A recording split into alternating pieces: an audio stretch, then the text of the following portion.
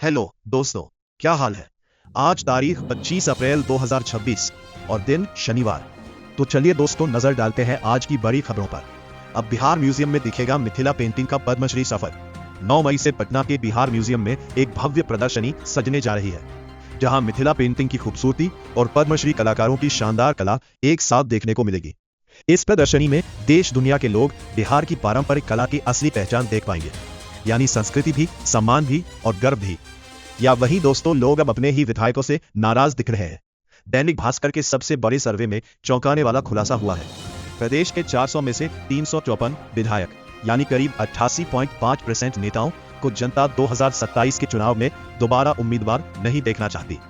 अगर पार्टीवार देखें तो भाजपा के 3257 में से 226 विधायक और सपा के 105 में से 96 विधायक लोगों की नाराजगी का सामना कर रहे हैं, यानी जनता बदलाव का साफ संकेत दे रही है। सबसे खास बात, पूरे यूपी में सिर्फ 39 विधायक ही ऐसे हैं जिन्हें लोग फिर से मौका देना चाहते हैं। बाकी नेताओं के लिए यह बड़ा चेतावनी संकेत माना जा रहा है। या वही आम आदमी पार्टी में मचा सियासी भूचाल। आम आदमी पार्टी के 10 राज्यसभा सांसदों में से 7 सांसद अब बीजेपी के साथ जाने को तैयार हैं। इनमें सबसे बड़ा नाम राघव चड्ढा का है, जिन्हें कभी अरविंद केजरीवाल का सबसे भरोसेमंद चेहरा माना जाता था। बताया जा रहा है कि हरभजन सिंह, स्वाति मालीवाल, संदीप पाठक, अशोक मित्तल, राजेंद्र गुप्ता और विक्रमजीत साहनी भी इस बड़े बदलाव का हिस्सा है। इससे राज्यसभा में आपकी ताकत को बड़ा झटका लगा है। अब आपके पास सिर्फ 3 सांसद बचे हैं, संजय सिंह, एनडी गुप्ता और बलबीर सिंह।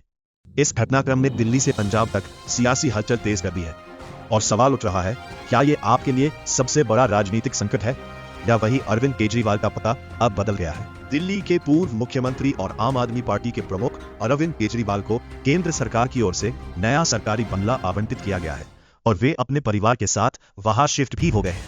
मुख्यमंत्री पद से इस्तीफा देने के बाद उन्होंने पुराना सरकारी आवास खाली कर दिया था, जिसे विपक्ष शीश महल कहकर लगातार निशाना बना रहा था। इसके बाद वे कुछ समय तक राज्यसभा सांसद अशोक मित्तल के सरकारी आवास में रह रहे थे। अब केजरीवाल ने खुद सोशल मीडिया पर जानकारी देते हुए कहा कि कोर्ट के आदेश के बाद उन्हें ये नया घर मिला है। इससे दिल्ली की राजनीति में फिर नई चर्चा शुरू हो गई है। सुप्रीम कोर्ट से बड़ी खबर, मस्जिदों से जुड़ी सर्विस इनाम की जमीन अब निजी नहीं मानी जाएगी। कोर्ट ने साफ कहा है कि धार्मिक कामों के लिए दी गई ऐसी जमीन वक्फ संपत्ति होगी, उसे बेचा या किसी और को ट्रांसफर नहीं किया जा सकता। आंध्र प्रदेश के 3 एकड़ जमीन के मामले में यह फैसला आया, जहां कुछ लोग उसे अपनी निजी जमीन बता रहे थे, लेकिन पुराने दस्तावेजों में वह सर्विस इनाम निकली। अब सुप्रीम कोर्ट ने हाई कोर्ट का फैसला रद्द कर दिया और साफ संदेश दिया, धार्मिक सेवा की जमीन निजी नहीं बल्कि वक्फ संपत्ति मानी जाएगी। अब बात एक ऐसी कहानी की जो आपको सोचने पर मजबूर कर देगी। एप्पल इंक जैसी बड़ी कंपनी की नौकरी छोड़कर एक युवक ने ऑटो चलाना शुरू कर दिया। जी हाँ, करोड़ों की सैलरी, शानदार ऑफिस और बड़ी लाइफ, सब छोड़कर उसने सादगी का रास्ता चुना। राकेश नाम के इस युवक का कहना है कि बाहर से जिंदगी परफेक्ट दिखती थी, लेकिन अंदर से वो तनाव, अकेलेपन और दबाव में टूट रहे थे। कॉर्पोरेट लाइफ ने उन्हें मशीन जैसा महसूस करवा दिया था। उन्होंने फैसला लिया कि पैसा सब कुछ नहीं होता, मानसिक शांति भी जरूरी है। अब उनकी ये कहानी लोगों के बीच बड़ा सवाल खड़ा कर रही है, क्या असली खुशी नौकरी में है या सुकून भरी जिंदगी में। अब बात पश्चिम बंगाल की, जहां चुनावी आंकड़ों ने सबको हैरान कर दिया है। लाखों वोटरों के नाम सूची से कटने के बाद भी 5252 सीटों पर 20 लाख से ज्यादा अतिरिक्त वोट कैसे पड़ गए, यही सवाल अब सबसे ज्यादा चर्चा में है। बताया जा रहा है कि स्पेशल इंटेंसिव रिवीजन यानी SIR के बाद राज्य में मतदाताओं की संख्या कम हुई थी, लेकिन वोटिंग के आंकड़े 2021 से भी ज्यादा निकल आए। औसतन हर सीट पर करीब 13,000 अतिरिक्त मतदान दर्ज हुआ। अब विपक्ष इसे बड़ा मुद्दा बना रहा है, जबकि चुनावी आंकड़ों को लेकर सच्चाई जानने की मांग तेज हो गई है। अब बात एक ऐसी रिपोर्ट की जो हर नौकरी करने वाले को सोचने पर मजबूर कर देगी। इंटरनेशनल लेबर ऑर्गेनाइजेशन यानी ILO की रिपोर्ट के मुताबिक जहरीले वर्क कल्चर की वजह से हर साल 8.5 लाख से ज्यादा लोगों की मौत हो रही है। काम का बढ़ता तनाव, लंबे ऑफिस घंटे, नौकरी जाने का डर और लगातार मानसिक दबाव, ये सब अब लोगों की सेहत के लिए बड़ा खतरा बन चुके हैं। चाहे ऑफिस से काम हो या वर्क फ्रॉम होम, लोग अंदर ही अंदर थकते जा रहे हैं। रिपोर्ट साफ कहती है, अगर वर्क कल्चर नहीं बदला तो ऑफिस सिर्फ आम की जगह नहीं बल्कि किलर बनते जाएंगे। अब बात कोलकाता से, जहां प्रधानमंत्री नरेंद्र मोदी ने हुगली नदी किनारे खास समय बिताया। सुबह सुबह PM मोदी हुगली रिवर के किनारे पहुंचे, वहां पूजा अर्चना की और मां गंगा के प्रति अपनी श्रद्धा व्यक्त की।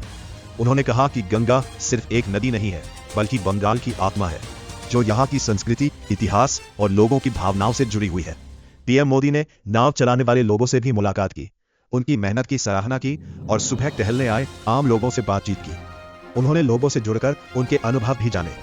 इस दौरान प्रधानमंत्री ने यह भी कहा कि केंद्र सरकार पश्चिम बंगाल के विकास के लिए लगातार काम कर रही है और आगे भी नई योजनाओं के जरिए राज्य को और आगे बढ़ाने की कोशिश जारी रहेगी। अब बात बैंकिंग सेक्टर की, जहां इंडसइंड बैंक ने निवेशकों को बड़ी राहत दी है। इंडसइंड बैंक ने अपनी चौथी तिमाही यानी Q4 के नतीजे जारी किए हैं और इस बार बैंक ने घाटे से निकलकर फिर मुनाफे में वापसी की है। पिछले साल इसी तिमाही में बैंक को 2,339 करोड़ रुपए का नुकसान हुआ था, लेकिन इस बार 594 करोड़ रुपए का नेट प्रॉफिट दर्ज किया गया है। यानी साफ है कि बैंक की हालत पहले से बेहतर हुई है।